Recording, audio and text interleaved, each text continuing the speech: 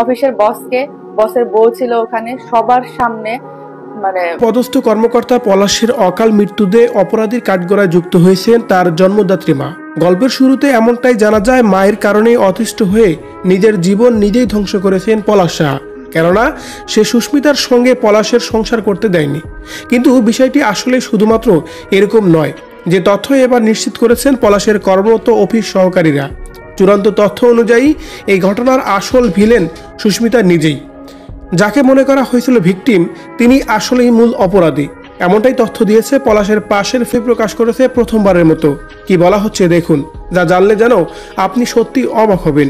তাই বিষয়ে জানতে সম্পূর্ণ ভিডিওটি দেখে সঙ্গে থাকুন। আদায় করার জন্য যা করতে হয় সে তাই করতে। পলাশ না ফেরার দেশে পাড়ি জমানোর পর থেকেই পলাশের পরিবারকে নিয়ে অনেক বেশি আলোচনা সমালোচনা হয়েছে সোশ্যাল মিডিয়ায়।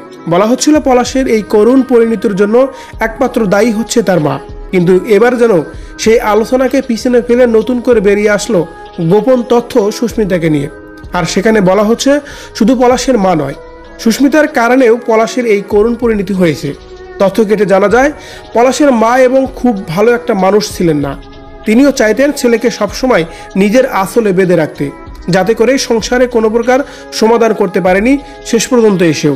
অন্যদিকে সুস্মিতা তার স্বামীকে সবসময় ফোর্স করতেন, এক প্রকারের ব্ল্যাকমেল করতেন।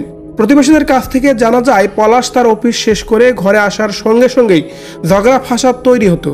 সুস্মিতা যা চায় সেটা পেতে যে কোনো কিছু করতে পারতেন, এই ভয়টাই পলাশকে সবসময় দেখাতো সুস্মিতা। কখনো বাড়ির ছাদে, কখনো গাড়ির রাস্তায়, আবার বা কখনো ঘরের দেওয়ালে মাথা আঘাত করার ভয় দেখানোর বিভিন্ন রকমের পাগলামি করে পলাশকে মানসিকভাবে চাপে রেখেছিল সুস্মিতা। সুস্মিতার কথা ছিল একটাই, পলাশের মা তাদের সঙ্গে থাকতে পারবেন না। একদিকে মা, অন্যদিকে বউ, দুজনকে দিনের পর দিন বুঝিয়ে শুনিয়ে আসছিলেন পলাশ। কিন্তু সর্বশেষ ঝগড়ার এমন কিছু সিনক্রেট হয়েছে যেটা আর কোনোভাবেই মেনে নিতে পারেনি পলাশ সাহা। চোখের সামনে মা বউয়ের হাতাহাতি বিষয়টি বেশি হার্ট করেছে পলাশকে।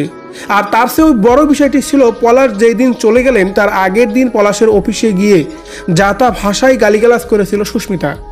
সেখানে গিয়ে তার বাড়াবাড়িটা এতটাই বেশি ছিল যে পলাশের সম্মান বলতে আর কিছুই অবশিষ্ট রাখেনি সেই দিন। এমনটাই জানা যায়, তারা যখন দেখছিলেন নিজের পরিবারকে আর কন্ট্রোল করা সম্ভব নয়, ঠিক তখনই তিনি তার জীবনের সবচেয়ে বড় ও ভুল সিদ্ধান্তটি নিয়ে ফেলেন। আর এইভাবেই যেন সুস্মিতাকে নিয়ে একের পর এক কথাই বেরিয়ে আসছে এখন সোশ্যাল মিডিয়ায়।